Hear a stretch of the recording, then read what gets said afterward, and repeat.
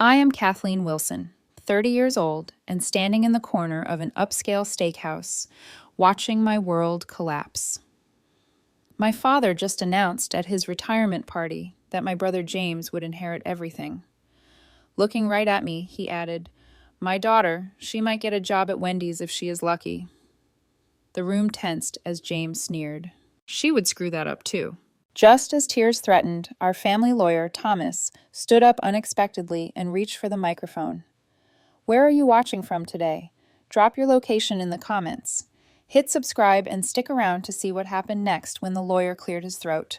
Growing up as Gerald Wilson's daughter meant living with impossible standards. Our family owned Wilson Manufacturing, a company my grandfather started that now employed over 300 people across 3 states. From my earliest memories, our family dinners revolved around business talk, market trends, and expansion plans. While other kids had bedtime stories, I had profit margin reports. My brother James was 5 years older and clearly the golden child from day one. Dad would ruffle his hair proudly whenever James showed the slightest interest in the business. "That is my successor right there," he would announce to dinner guests, while I sat quietly invisible despite my straight-A report cards and genuine curiosity about the family company. My mother, Catherine, tried in her way to balance things, but she had long ago accepted her role as the supportive wife who never challenged Gerald directly. "Your father just wants what is best for the company," she would whisper when finding me crying. After another dismissive comment from Dad, "He loves you in his own way." That love never felt like much. When I was 12, I created a detailed presentation about how our company could expand into eco-friendly packaging. I had researched for weeks, made colorful charts, and practiced my delivery. Dad glanced at it for 30 seconds before saying, "Cute project, Kathleen. Now, let the men talk business," before turning to discuss a much simpler suggestion from James. Despite the constant rejection, something in me refused to give up. Maybe it was stubbornness, maybe a desire to finally earn his approval, or maybe just genuine passion for the business my grandfather built. Whatever the reason, I worked twice as hard through high school, took business classes, and eventually earned my MBA from Northwestern with honors. James, meanwhile, scraped through a business degree at our local state university, partying his way through 5 years before Dad secured him a vice president position at Wilson Manufacturing. He showed up late to meetings, delegated most of his work, and spent company money on lavish client entertainment that rarely resulted in actual contracts. After graduate school, I practically begged for a position at the company. Dad reluctantly placed me in marketing, far from any decision-making role. "We will see if you can handle even this," he said, as if my academic achievements meant nothing. Within 6 months, I doubled our social media engagement and landed our products in a major retail chain, bringing in over $2 million in new revenue. The company newsletter praised the deal, but somehow never mentioned my name. When I brought it up, Dad said, "The team effort paid off. No need to seek individual credit." That same month, James lost a $500,000 client due to a missed deadline, yet suffered no consequences. When I pointed out the double standard, my father exploded. "This company has supported generations of Wilsons, and you have the nerve to question how I run it? You think a few marketing tricks compared to the real business decisions your brother makes?" Mom pulled me aside afterward. "Kathleen, you know how your father is. Just do your work quietly. Things will get better." But things never did. Year after year, I watched James fail upward, while my accomplishments were minimized or attributed to others. Last year, I developed a complete rebranding strategy that modernized our image and appealed to younger consumers. The board loved it, and several members approached me privately to commend my vision. Dad sat silently during my presentation, then later told a business associate loud enough for me to hear, "We hired some consultants who came up with a decent marketing plan. Always good to get outside perspective." Those consultants did not exist. It was entirely my work. Meanwhile, James made increasingly questionable decisions. He hired friends for positions they were not qualified for and pushed through an expensive software system that employees struggled to use and ultimately abandoned. He treated long-term employees disrespectfully and spent excessive amounts on business trips that seemed more like vacations. 3 months ago, I overheard our financial controller, Martha, discussing discrepancies in expense reports with our lawyer, Thomas. They quickly changed the subject when they noticed me. But Martha later hinted that not everything is as it seems with the company finances. When I pressed for details, she just shook her head and said, "Your father handles things his own way." Despite everything, I still hoped that Dad would eventually recognize my contributions.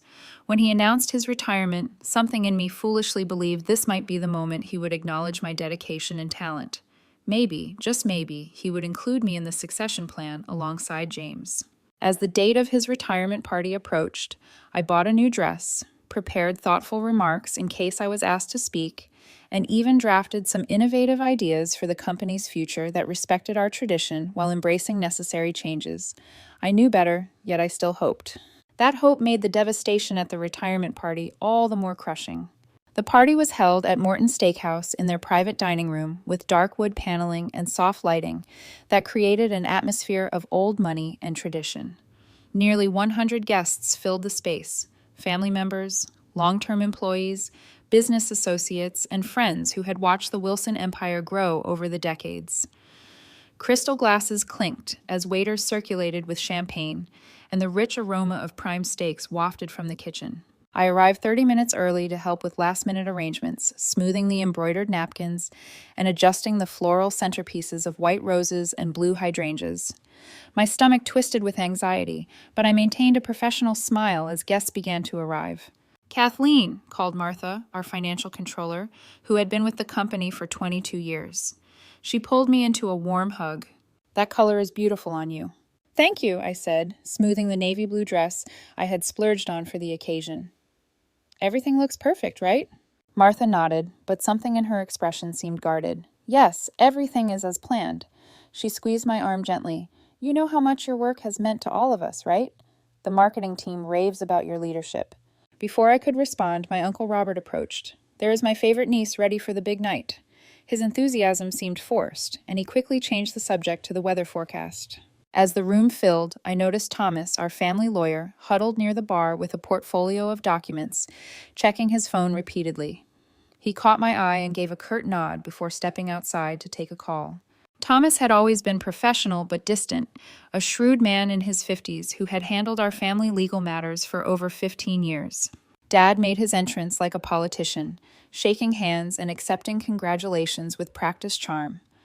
At 65, Gerald Wilson still commanded attention with his tall frame and confident stance. His silver hair and tailored suit projected success and authority, and people gravitated toward him naturally. 40 years building this company to what it is today, I overheard him tell a group of admirers, but the next generation is ready to take it even further. His gaze drifted past me as if I were invisible, landing on James, who stood surrounded by his own circle of supporters. My brother looked every bit the heir apparent in his expensive suit, laughing too loudly at his own jokes. At 35, James had our father's height, but none of his disciplined physique, his frame softened by years of expense account meals and minimal physical effort. Going to roll out a complete modernization plan, James announced to anyone who would listen, new markets, aggressive expansion. The old man played it too safe these past few years. I bit my tongue, knowing James had opposed every innovation I had proposed over the past 3 years. His idea of modernization was flashier business cards and larger expense accounts. Susan from accounting approached me with a sympathetic smile. "Kathleen, I just wanted to tell you how much everyone appreciated that vendor management system you implemented last quarter. It saved my team about 20 hours each week." "I am glad it helped," I said, warmed by the recognition. "I have some ideas about streamlining the inventory tracking system too, if there is interest." "There definitely is," Susan said, lowering her voice. "Though you might want to wait until things settle after tonight." Her cryptic comment increased my unease, but before I could ask for clarification, my mother appeared at my side. Catherine Wilson was elegantly dressed as always, her pearls and subtle makeup projecting the refined image she had cultivated over decades as a business leader's wife. "Kathleen, darling," she said, kissing my cheek, "you look lovely. Have you spoken with your father yet?" "He seems busy," I replied, watching Dad laugh with a group of board members. Mom's smile tightened almost imperceptibly. "Well, it is his night. Just remember that your father does what he thinks is best for everyone." Her words felt like a warning, increasing my sense of foreboding. Across the room, I noticed Thomas had returned, now deep in conversation with Martha. Both looked serious, occasionally, glancing toward my father and brother. A server approached to announce dinner would be served in 15 minutes. As guests began finding their assigned tables, I discovered I was seated at the family table, but noticeably far from my father, positioned between my mother and a distant cousin. James, of course, sat at Dad's right hand. Just before we sat down, I overheard a conversation between two board members that made my blood run cold. "Complete reorganization from what I hear," the older man murmured. "Gerald has it all planned out. Clean transition of power. The daughter will be reassigned, probably for the best given the circumstances." They noticed me and abruptly changed the subject, but their words confirmed my worst fears. Whatever was coming, it would not be good for me. As we took our seats and the appetizers arrived, the knot in my stomach tightened to the point that I could barely touch my shrimp cocktail. James dominated the table conversation, outlining grandiose plans for company expansion, while Dad nodded approvingly. Not once did either of them ask for my input or even acknowledge my presence beyond passing the breadbasket. I searched the room for allies and found Martha watching me with concern. Next to her, Thomas was reviewing something on his tablet, his expression unreadable. Something was definitely happening beneath the surface of this carefully orchestrated event. When the main course arrived, Dad clinked at his glass for attention. "Before we enjoy these magnificent steaks, I want to thank everyone for coming tonight. The official speeches will come with dessert, but I just want to say how proud I am to see so many faces who have been part of the Wilson manufacturing family for years, even decades." Applause filled the room, and Dad basked in the adulation. I clapped mechanically, trying to quiet the voice in my head that kept saying, "You do not matter to him. You never have." As we ate, I made polite conversation with my cousin while acutely aware of the important discussions happening just seats away from me. My father leaned close to James, speaking intensely about something that made both men glance in my direction before quickly looking away. Whatever bomb was about to drop, I was completely unprepared for how public and devastating it would be. After the plates were cleared and coffee was served, alongside slices of cheesecake, my father stood up and moved to the small podium at the front of the room. The murmur of conversation faded as everyone turned their attention to Gerald Wilson, the man of the hour. "Friends, family, colleagues," he began, his deep voice carrying easily through the room. "Tonight marks the end of one chapter and the beginning of another. 40 years ago, I joined my father in the family business, and together we built Wilson Manufacturing into what it is today." Dad spoke warmly about my grandfather's vision, the challenges they had overcome together, and the pride he felt watching the company grow from a small regional operation to a respected industry leader. He thanked long-term employees by name, acknowledging their contributions with specific anecdotes that showed his detailed knowledge of the business. "Martha, 30 years keeping our finances straight," he said, raising his glass to our controller. "Thomas, 15 years of legal guidance that kept us out of trouble more times than I can count." The lawyer nodded slightly, his expression neutral, as he continued reviewing documents at his table. My father continued talking about industry changes, technological advancements, and how the company had adapted over the decades. He was charming, articulate, and completely in his element as he held the room's attention. "But no man can stand at the helm forever," he said, his tone becoming more solemn. "The time has come for me to step aside and enjoy some fishing while I still have the strength to reel in the big ones." Appreciative laughter rippled through the audience. My heartbeat quickened as he approached the topic of succession. Despite everything, a tiny flame of hope still flickered within me. Maybe, just maybe, he would acknowledge my contributions alongside James. Maybe the years of dedication would finally be recognized. "The question of who takes over is the most important decision any business leader makes," Dad continued. "You need someone with vision, someone who understands the company DNA, someone who can lead us into the future while honoring our past." He paused, surveying the room with satisfaction. "Fortunately, I have been blessed with a son who embodies all these qualities and more. James has worked alongside me for 15 years, learning every aspect of the business. He has my complete confidence and the full support of our board of directors." My father gestured for James to join him at the podium. My brother rose with a self-satisfied smile, straightening his tie as he strode forward to stand beside our father. The two men, so similar in appearance and bearing, presented a powerful image of succession and continuity. Effective next Monday, James Wilson will assume the role of Chief Executive Officer of Wilson Manufacturing with full authority to lead this company into its next chapter. Applause broke out, and James waved magnanimously as if accepting a political nomination. I clapped automatically, my face frozen in a polite smile that took all my strength to maintain. I had expected this, of course, but the public coronation still stung. But my father was not finished. He raised a hand to quiet the applause, and what came next shattered any remaining composure I had. Now I know some of you might be wondering about my daughter Kathleen. All eyes turned toward me, and I felt heat rising in my cheeks. Kathleen has been with our marketing department for a few years now, and while she has tried her best, I think we all know that the Wilson business acumen skipped a generation there. Uncomfortable laughter rippled through the room. I sat perfectly still, unable to believe what I was hearing. "So, what happens to Kathleen?"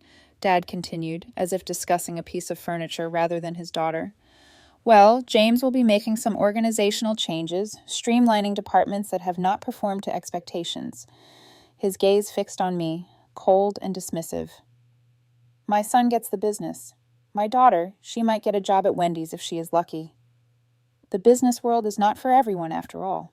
The room went deadly quiet. I felt as if all the oxygen had been sucked away, leaving me struggling to breathe. My mother gripped my hand under the table, but kept her eyes down, unwilling to challenge her husband publicly. James snickered into the microphone, adding the final twist of the knife. "She would screw that up, too."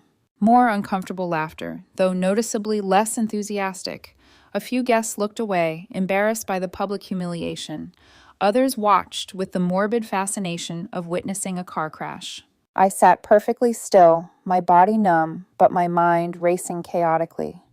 30 years of memories flashed through my consciousness.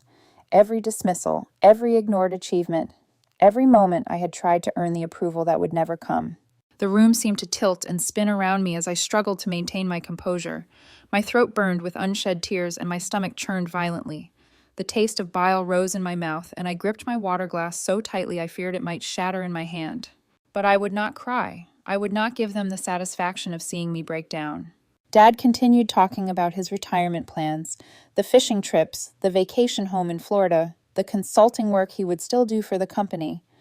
James stood beside him, already looking every inch, the CEO, nodding seriously at appropriate moments while occasionally smirking in my direction. Across the room, Martha looked stricken, her hand covering her mouth in shock. A few long-term employees who had worked with me directly were exchanging concerned glances, but no one spoke up. No one challenged the Wilson patriarchy. I considered standing up and walking out, making a dignified exit rather than enduring more humiliation. But something kept me rooted to my chair. Perhaps pride, perhaps shock, or perhaps some instinct that told me to wait, because at that moment, Thomas, the lawyer, closed his portfolio with a decisive snap and rose to his feet, his expression unreadable as he approached the podium where my father and brother stood. Thomas Bennett had been our family lawyer for 15 years. A tall, lean man with salt and pepper hair and wire-rimmed glasses, he typically blended into the background at company events. He was known for his thoroughness and discretion, qualities my father had often praised when introducing him to business associates. Now Thomas cleared his throat loudly enough to interrupt my father mid-sentence. "Gerald," he said, his voice firm but professional, "I believe there are some matters that need clarification before you continue." My father looked annoyed at the interruption. "Thomas, we can handle any paperwork tomorrow. Tonight is for celebration." "I am afraid this cannot wait," Thomas replied, reaching for the microphone. "As legal counsel for Wilson Manufacturing, I have a fiduciary duty to ensure all parties are fully informed." The room grew silent again, a new tension filling the air. James shifted uncomfortably, exchanging a nervous glance with our father. "Ladies and gentlemen," Thomas began, adjusting his glasses, "while this is indeed a celebration of Gerald Wilson's impressive career, there are legal matters regarding the company's succession that must be addressed." My father tried to reclaim the microphone. "Thomas, this is hardly the time or place." "On the contrary," Thomas continued smoothly, maintaining control of the podium, This is precisely the time and place since you have chosen to make public statements about company leadership that are not entirely accurate." A murmur swept through the crowd. I sat up straighter, my heartbeat accelerating. Whatever was happening, it was completely unexpected. As many of you know, Wilson Manufacturing was founded by Harold Wilson, but what fewer people remember is that Harold had a partner in the early days, Edward Chambers. My grandfather's business partner had been like an uncle to me as a child. Uncle Eddie, as I called him, had no children of his own, and had always shown special interest in my school projects and later my business ideas. He had passed away 5 years ago. Edward Chambers sold his interest in the company to Harold Wilson with specific provisions, Thomas continued. One of those provisions, which was renewed in each subsequent company charter, was that leadership succession would be based on merit and contribution, not merely bloodline. Thomas removed a document from his portfolio. Edward Chambers was also Kathleen Wilson's godfather, and he took that role very seriously. Before his passing, he asked me to ensure that when the time came for succession, his goddaughter would be evaluated fairly based on her contributions to the company. My father's face had turned an alarming shade of red.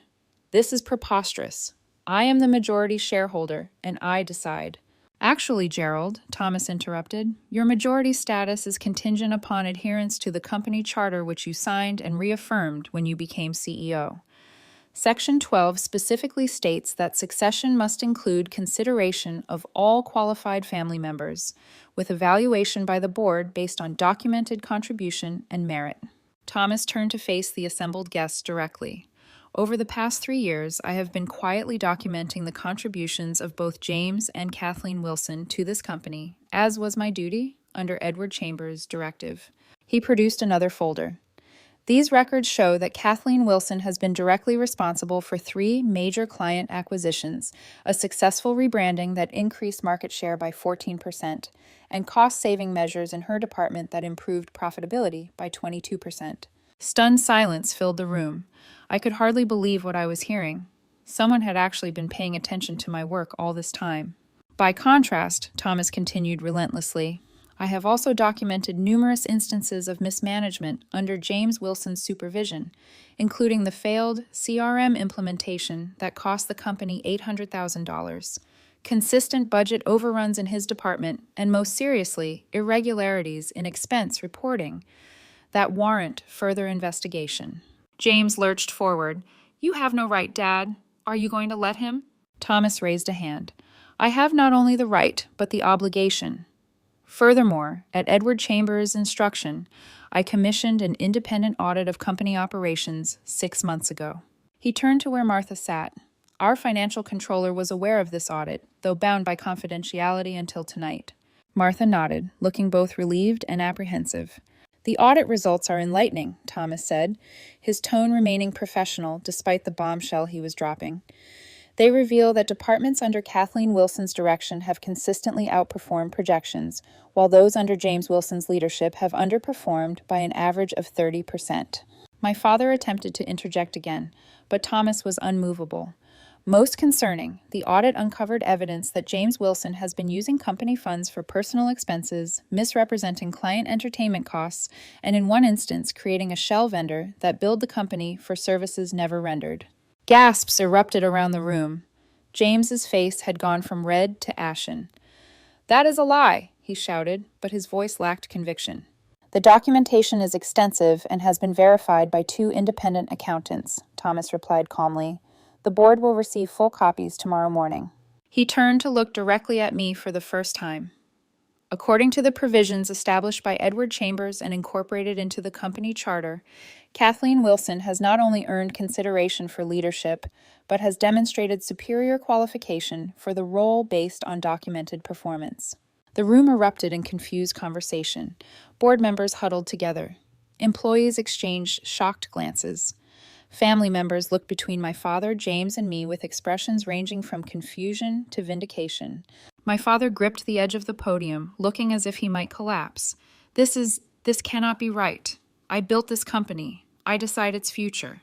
"You built it on the foundation your father and Edward Chambers established," Thomas corrected gently but firmly. "And you are bound by the legal framework they created, which you yourself affirmed multiple times over the years." He addressed the room again.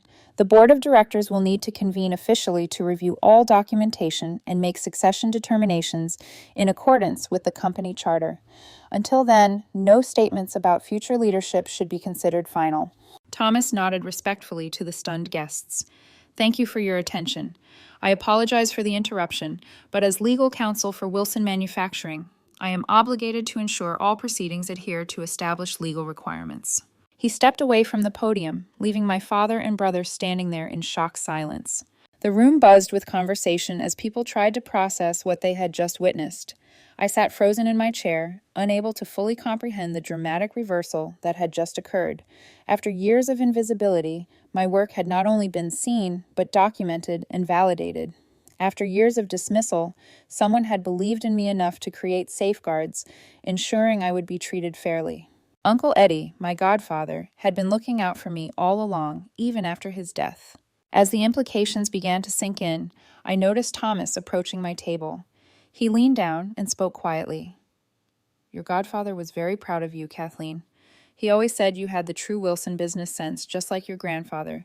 He made me promise to make sure you got your fair chance when the time came." Tears welled in my eyes, but for once they were not tears of hurt or frustration. "Thank you," I whispered, my voice barely audible. Thomas straightened and nodded professionally. "The board meeting is scheduled for 9 tomorrow morning. I suggest you prepare your thoughts on company direction. You have earned your seat at that table." As he walked away, I noticed my father and brother huddled in intense conversation, occasionally shooting furious glances in my direction. The battle was far from over, but for the first time in my professional life, I was no longer invisible. The elegant retirement party disintegrated into chaos within minutes. Board members clustered in corners, speaking in urgent whispers. Long-term employees looked torn between shock and validation, many of them casting supportive glances my way. My mother sat beside me, pale and silent, her social graces finally overwhelmed by the public exposure of our family dysfunction. Dad and James huddled with 2 board members who had always been their strongest allies, gesturing angrily toward Thomas, who stood calmly reviewing documents with Martha nearby. "This is nothing but a legal technicality," I overheard my father say. "We can challenge it. The board still answers to me." One of the board members, an older man named Richard, who had been my grandfather's friend, shook his head slowly. "Gerald, if what Thomas says is true about the audit findings, we have fiduciary obligations to consider. Potential misuse of company funds is serious." James pounded his fist on the table. "This is ridiculous. A few accounting errors are being blown completely out of proportion." Several guests began making discreet exits, murmuring awkward congratulations to my father while avoiding eye contact. The celebratory atmosphere had evaporated, completely replaced by the tense discomfort of witnessing a family and business in crisis. I remained seated, still processing everything that had happened. Part of me wanted to slip away quietly and collect my thoughts before the inevitable confrontation. But another part, a stronger part that had been silenced for too long, knew this was the moment to stand my ground. My thoughts were interrupted when James stormed over to my table, his face contorted with rage. "What did you do?" he demanded, looming over me. "Who have you been talking to behind our backs?" I stood up slowly, refusing to be physically intimidated. "I did nothing but my job, James. The job I have done exceptionally well, despite being undermined at every turn." "This is all some kind of setup," he snarled. "You and that lawyer cooked this up together. There is no way your mediocre marketing stunts compare to my contributions." Susan from accounting had approached and now spoke up unexpectedly. "Actually, James, Kathleen's marketing stunts brought in the Westfield contract that saved our third quarter last year. What exactly was your major contribution during that time?" James turned on her. "Stay out of this. This is family business." "It is company business," corrected Richard, who had followed James over.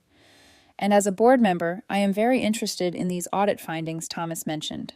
My father appeared, his expression thunderous. "This entire situation is being misrepresented. Thomas has overstepped his authority. There will be consequences." "What exactly is being misrepresented, Dad?" I asked, finding a calm, steady voice I hardly recognized as my own. "The audit results? My contributions to the company? Or just the fact that James is not the business genius you have convinced yourself he is?" The nearby conversations quieted as people turned to watch our confrontation. Dad glared at me with cold fury. You have always been jealous of your brother's position in this company. Now you are trying to use legal trickery to steal what you have not earned. Not earned. My voice rose slightly despite my efforts to remain composed. I have an MBA from Northwestern. I have brought in millions in new business. I have modernized our entire marketing approach while James was charging personal vacations to the company credit card. What exactly have I not earned? Martha stepped forward, clutching a tablet. Mr. Wilson, everything in the audit is documented with evidence. The shell company that James created, Pacific Consulting Group, billed us over $300,000 last year for services never rendered. The money was traced to an account that James controls. James's face went pale. That was a legitimate business expense for market research. Market research that produced no reports, no data, and no results, Martha challenged, her years of deference finally giving way to professional integrity. The audit team found emails where you instructed the accounting department to process these payments without the normal verification procedures. More employees had gathered around us, forming a loose circle. I noticed with surprise that many of them were standing closer to me than to my father and brother. A subtle but significant shift in the room's power dynamics. Kathleen has been the one actually running much of the day-to-day business, while James takes credit, said Michael, from operations, a 20-year company veteran. We all know it, but nobody says anything because she is Gerald's daughter, and that is how it has always been. This is insubordination, my father growled. I will not have employees undermining leadership decisions. It is not your decision anymore, Gerald, Thomas said, rejoining the conversation. The company charter is very clear. The board must evaluate succession based on merit and documented contribution. Your personal preference does not override that legal requirement. My father turned on Thomas with naked hostility. You have been our lawyer for 15 years. Your loyalty should be to me, not some outdated clause my father and Eddie put in the charter. My loyalty is to Wilson Manufacturing and its legal governance structure, Thomas replied evenly. Edward Chambers was very clear about his wishes, and I am honoring my professional obligation to him and to this company. The confrontation had now drawn almost everyone still remaining at the party. Even the restaurant staff hovered uncertainly at the edges of the room, unsure whether to intervene. I took a deep breath and addressed my father directly. Dad, for 30 years I have tried to earn your approval. I have worked harder, studied more, and contributed more than you have ever been willing to see. And still tonight, you stood up in front of everyone we know and dismissed me as worthless. My voice remained steady, though emotion threatened to overwhelm me. You said I might be lucky to get a job at Wendy's. You laughed when James said I would screw that up too. After everything I have done for this company, that is how little you think of me. A few people in the crowd murmured in agreement. My father seemed taken aback by the public challenge, so accustomed to unquestioned authority that he appeared genuinely confused by the shifting sentiment in the room. You have always been too sensitive, he deflected. Business requires tough skin. If you cannot handle a little joke— It was not a joke, I interrupted. It was the same dismissal and humiliation you have subjected me to my entire life. The difference is that tonight there are witnesses and consequences. I gestured toward Thomas and the documents he held. The audit does not lie, Dad. The numbers do not lie. I have earned my place in this company through actual results, while James has coasted on your favoritism and apparently engaged in financial misconduct along the way. James lunged forward suddenly. You ungrateful little— That is enough. The sharp command came from my mother, who had finally found her voice. She stepped between James and me, her normally placid expression replaced by fierce determination. I have stood by for years watching this family tear itself apart, and I will not allow it to continue. She turned to my father. Gerald, you have been blind to Kathleen's talents because you decided long ago that only a son could carry on your legacy. You have been blind to James's failings because you saw in him what you wanted to see, not what was actually there. Mom reached for my hand. Our daughter deserves better than what you gave her tonight, and this company deserves leadership based on ability, not gender or birth order. The room fell silent at my mother's unprecedented rebellion. My father stared at her as if seeing a stranger. Richard cleared his throat. I believe we should adjourn this celebration and reconvene tomorrow morning for a proper board meeting, 9 a.m. sharp, as Thomas suggested. All relevant parties should be prepared to review the audit findings and discuss succession planning in accordance with company bylaws. He looked at me directly. Kathleen, we would like you to prepare a brief presentation on your vision for the company's future. James, you should be prepared to address the financial irregularities identified in the audit. My father started to object, but Richard held up his hand. Gerald, you built a great company, and no one is diminishing that achievement. But the time has come to ensure its future success through proper governance and accountability. With that, the confrontation reached its anticlimactic conclusion. People began dispersing, some offering awkward goodbyes, others approaching me quietly with words of support or expressions of long-suppressed respect. My father and James left without speaking to me, their rigid postures radiating fury and indignation. My mother squeezed my hand before following them, whispering, I am proud of you. I should have said that years ago. As the room emptied, I found myself standing with Thomas and Martha, both of whom had championed my cause when I did not even know I had allies. I have a lot of preparation to do before tomorrow, I said, feeling simultaneously exhausted and energized. Martha smiled. The numbers are on your side, Kathleen. They always have been. Thomas nodded in agreement. Edward Chambers always said you were the future of this company. Tomorrow the board will see what he saw in you all along. As I gathered my things to leave, I realized that whatever happened next, something fundamental had changed. The invisible chains of family expectation and gender discrimination that had held me back for years had been broken, not by my own strength alone, but by the quiet support of those who had seen my worth when my own father could not. The Wilson Manufacturing headquarters occupied a red brick building downtown with the company logo, a stylized W in navy blue, mounted prominently above the entrance. I had walked through those doors thousands of times, but never with the mixture of determination and nervous energy I felt the morning after the disastrous retirement party. I arrived 45 minutes early, dressed in my most professional charcoal gray suit, carrying a portfolio containing my presentation and supporting documents. The security guard greeted me with unusual deference, suggesting that news of the previous night's revelations had already spread throughout the company. The boardroom occupied the top floor, its floor-to-ceiling windows offering a panoramic view of the city. The long mahogany table gleamed under recessed lighting, surrounded by 14 leather chairs. I was the first to arrive, and I took a seat midway down the table, not at the head where my father always sat, but not at the far end where I had been relegated in previous meetings. Thomas arrived next, nodding approvingly at my chosen position. I have distributed copies of the audit summary to all board members, he said. The detailed findings are available if requested. Martha followed shortly after, bringing coffee and offering me an encouraging smile. Whatever happens today, you have already won by standing your ground, she said quietly. Board members began arriving in twos and threes, their expressions ranging from curiosity to discomfort. Richard, my grandfather's old friend, made a point of greeting me warmly. Your grandfather would be proud, he said, patting my shoulder before taking his seat. James arrived 5 minutes before the meeting was scheduled to begin, accompanied by 2 men I recognized as attorneys from a prominent local firm.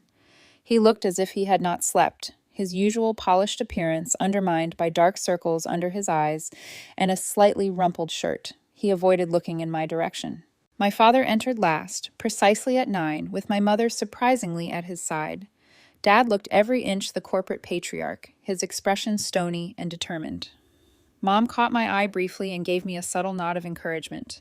Richard called the emergency board meeting to order, establishing that with 11 of 14 board members present, they had a quorum to conduct business. Given the unusual circumstances, Richard began, I suggest we first review the audit findings that came to light at last night's event, then discuss the succession planning requirements under our company charter, and finally hear brief presentations from both James and Kathleen Wilson regarding their qualifications and vision. My father immediately objected. This entire proceeding is premature and possibly invalid. As CEO and majority shareholder, your status as majority shareholder is actually what is at issue here, Gerald, Thomas interrupted, opening a folder of documents. According to Section 17 of the company charter, your controlling interest is contingent upon adherence to the governance procedures established by the founders. Thomas distributed copies of the relevant charter sections. If the board determines that these procedures have been violated, particularly regarding nepotism and merit-based succession, your shares revert to standard voting shares without controlling interest privileges. This was news even to me. The The room fell silent as board members reviewed the documents, many of them clearly seeing these provisions for the first time. Edward Chambers was quite thorough in establishing protections against exactly this situation, Thomas explained. He and your father, Harold Wilson, built in safeguards to ensure the company would always be led by the most qualified family member, not simply the oldest male heir, as was common practice at the time. Richard cleared his throat. Let's proceed with the audit review first, shall we? Martha, would you please summarize the key findings?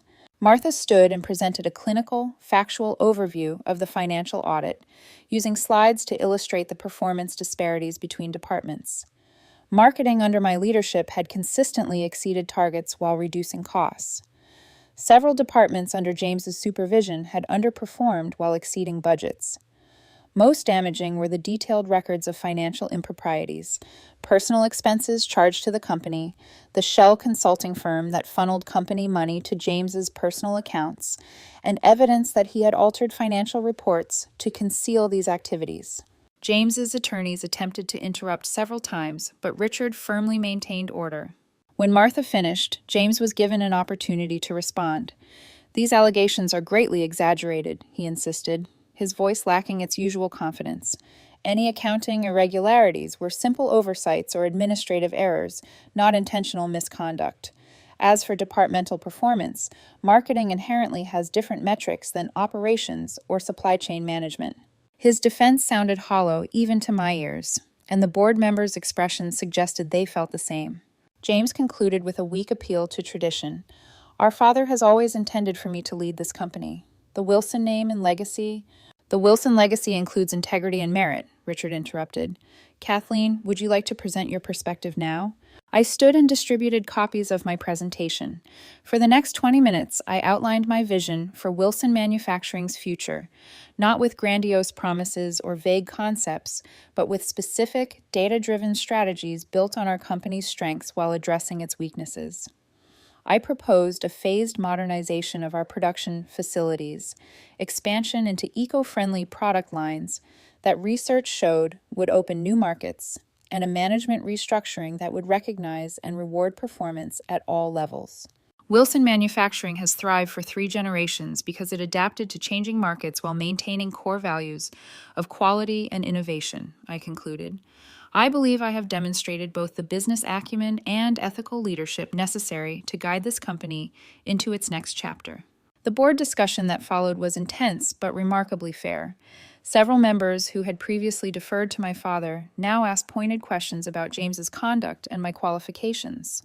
Others expressed concern about family conflict disrupting business operations. After nearly 2 hours of deliberation, Richard called for a series of votes. The first determined that the audit findings were credible and warranted further investigation, potentially including legal consequences for financial misconduct. James's face went ashen at this, while his attorneys scribbled furious notes. The second vote acknowledged that the succession process had not followed charter requirements for merit-based consideration of all qualified family members. This effectively suspended my father's controlling interest privileges, as Thomas had outlined. The final and most consequential vote concerned interim leadership, while a complete investigation was conducted. The board voted 8-3 to establish a co-leadership arrangement. I would oversee operations, marketing, and product development, while James would remain involved, but with significantly reduced authority and under financial supervision. My father, who had been uncharacteristically quiet during most of the proceedings, finally spoke. This company has been my life's work. To see it handled this way, to have my judgment questioned. Gerald, Richard said gently, no one disputes your contributions to Wilson Manufacturing, but the evidence clearly shows that Kathleen has earned her place in company leadership, while serious questions exist about James's conduct and judgment. A daughter taking over a manufacturing company, my father muttered, shaking his head. My father would never have allowed it. Actually, Thomas interjected, Harold Wilson specifically approved the charter provisions, ensuring leadership would be based on merit, not gender. And Edward Chambers, who knew Kathleen from childhood, clearly anticipated she might someday be the most qualified leader for this company. The meeting concluded with specific directives. I would assume co-leadership responsibilities immediately. James would retain his title, but with oversight from the financial department and board. A complete investigation of the financial irregularities would proceed, with results determining whether legal action would be required. As people began gathering their materials to leave, my father approached me. His expression was complex, anger mixed with confusion, and perhaps a hint of something else. "You won this round," he said stiffly, "but running this company is harder than you realize." I met his gaze steadily. "I have been effectively running large parts of it for years, Dad. The difference is, now I will get the credit for my work." He had no response to that, turning away to join my mother, who waited by the door. She gave me a small, sad smile before they left together. James stormed out without speaking to anyone, his attorneys trailing behind. Several board members approached to congratulate me, including Richard, who seemed genuinely pleased with the outcome.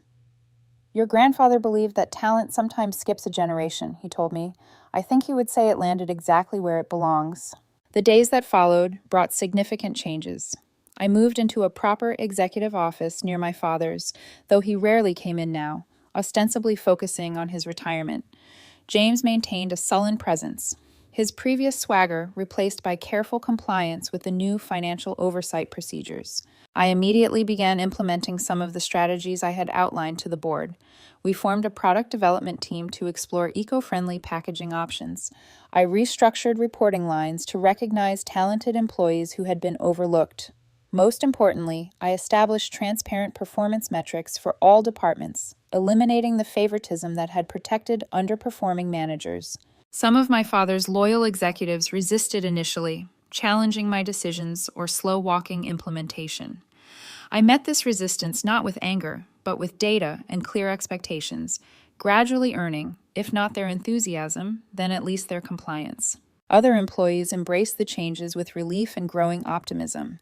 Martha became an invaluable ally, helping me understand the complex financial structures my father had created over decades. Thomas provided guidance on legal and governance matters, helping me navigate the formal requirements of my new role. Within weeks, the atmosphere at Wilson Manufacturing had noticeably shifted. Meeting discussions became more open and collaborative. Employees who had previously remained silent began offering innovative ideas. Productivity increased across departments as people recognized that contribution, not connection, would determine advancement. The investigation into James's financial misconduct proceeded methodically. When presented with the mounting evidence, he ultimately agreed to repay misappropriated funds and accept reduced responsibilities rather than face potential criminal charges. His reputation was damaged, but he retained a position with the company, albeit under close supervision. My father watched these developments from a distance, his initial fury gradually giving way to grudging acceptance. He occasionally offered advice when asked, sometimes valuable insights from his decades of experience, though always delivered with the implication that I would inevitably falter without his guidance. But I did not falter. Within 3 months, our new eco-friendly packaging line had secured 2 major contracts. Our operational efficiency had improved measurably under the new management structure, and most telling, employee satisfaction scores had risen significantly, reflected in reduced turnover and increased applications for open positions. The company was not just surviving the leadership transition, it was thriving because of it. 6 months after the fateful retirement party, Wilson Manufacturing celebrated its most profitable quarter in 5 years. We held a company-wide lunch in the manufacturing facility, with production temporarily halted so all employees could attend. Standing on a small platform overlooking tables of workers enjoying catered barbecue, I felt a sense of accomplishment that had nothing to do with finally earning my father's approval. "These results belong to everyone in this room," I told the assembled employees. "From the newest hire on the production line to our most experienced engineers, every one of you contributed to this success through your ideas, your effort, and your willingness to embrace change." The applause felt genuine, a stark contrast to the strained corporate events of the past, where employees clapped dutifully for announcements they had no part in shaping. The company culture had transformed gradually but profoundly. We had implemented a profit-sharing program that distributed bonuses based on company performance rather than executive discretion. We had created cross-departmental innovation teams that brought together employees from different areas to solve challenges collaboratively. Most importantly, we had established transparent communication about company goals, challenges, and performance. James had found an unexpected niche in client relations, where his charisma could be an asset while keeping him away from financial controls. Our relationship remained strained but professional. Occasionally, I caught glimpses of resentment in his eyes, but more often, a reluctant recognition that the company was functioning better under the new structure. My father's adjustment proved more complicated. After initially keeping his distance, he began visiting the office weekly, ostensibly to check on things, but increasingly to offer genuine, if gruffly delivered, advice. Our interactions remained formal at first, marked by his difficulty in acknowledging the validity of my leadership. The breakthrough came unexpectedly during a crisis. A major supplier suddenly went bankrupt, threatening production delays that could cost us a crucial contract. Dad happened to be visiting when I received the news. "What are your options?" he asked simply, not rushing to take over or criticize. I outlined 3 potential solutions, including redirecting materials from less urgent products and negotiating with an alternative supplier despite higher costs. He nodded thoughtfully. "The supplier negotiation is your best bet. Want me to make some calls? Jim Reynolds at North Star owes me a favor." We worked side by side for hours, leveraging his long-established relationships while implementing my crisis management protocol. By day's end, we had secured the materials needed to fulfill our obligations with minimal disruption. As we sat in my office afterward, exhausted but satisfied, Dad studied me with an expression I had rarely seen directed my way, something approaching respect. "You handled that well," he said finally. "Better than I might have. Actually, your approach with the production team was effective." The words clearly cost him something to say, and I recognized the effort behind them. "Thank you," I replied simply. "I learned a lot watching you handle crises over the years." A small bridge had been built that day. Not a complete reconciliation, but a foundation for something new. The dynamic had shifted. I was no longer seeking his approval, but accepting his contribution as a valued advisor rather than an infallible authority. My mother observed this evolution with quiet satisfaction. Over lunch one day, she confessed, "I always saw your potential, Kathleen. I just never found the courage to challenge your father's blindness to it. That is my greatest regret." "You stood up when it mattered most," I reminded her, recalling her intervention at the retirement party. "That took courage." After all those years, family dinners gradually resumed, awkward at first, but slowly finding a new equilibrium. James participated sporadically, still uncomfortable with the altered family hierarchy, but making efforts to adapt. We were not the picture-perfect family portrayed in corporate newsletters, but we were learning to interact with greater honesty and less toxic competition. Outside the family circle, I found unexpected healing through mentorship. I established a leadership development program that identified promising employees regardless of background or department. Watching these individuals grow and contribute brought a fulfillment that parental approval never had. Martha, approaching retirement herself, became both mentor and friend. "What happened to you was wrong," she told me over coffee one morning. "But how you responded to it has changed this company for the better. That is a rare kind of victory." Thomas remained a trusted advisor, though our interactions became less frequent as the initial legal challenges resolved. "Edward Chambers would be proud," he said during our last formal meeting, "not just of your business success, but of how you have maintained your integrity throughout." The personal transformation proved as significant as the professional one. The constant anxiety of seeking approval I would never receive had lifted, replaced by confidence built on demonstrated capability and earned respect. I no longer measured my worth through my father's eyes, but through the tangible impact of my work and the genuine relationships I had built. 6 months turned into a year. We expanded into new markets, modernized production facilities, and implemented sustainability practices that positioned us ahead of industry trends. Employee retention improved dramatically, and we became known as a company that valued contribution over connections. Dad continued his gradual evolution from critic to occasional collaborator. During a rare moment of reflection, he admitted, "I was wrong about you, Kathleen. I was so convinced business leadership looked a certain way, like me, like James, that I could not see the different but equally effective approach you bring." The admission was not a dramatic reconciliation scene from a movie, just a quiet acknowledgement between two professionals who happened to be father and daughter. It did not erase decades of dismissal, but it offered a path forward based on mutual respect rather than perpetual disappointment. The most profound lesson from the entire experience was learning the difference between seeking validation and creating value. For years, I had desperately worked to earn recognition from someone incapable of giving it. The freedom came not from finally receiving that approval, but from realizing my worth existed independently of it. I discovered that true strength comes not from avoiding pain, but from moving through it with integrity. The public humiliation that once seemed unbearable had become the catalyst for growth and authentic empowerment. By facing my deepest fear, public rejection by my own father, I had found a resilience I never knew I possessed. The company continues to evolve, as does our family. Neither is perfect, but both are healthier than they were before that fateful retirement party. When a father's cruel dismissal and a lawyer's unexpected intervention changed everything, I no longer need my father to see my value.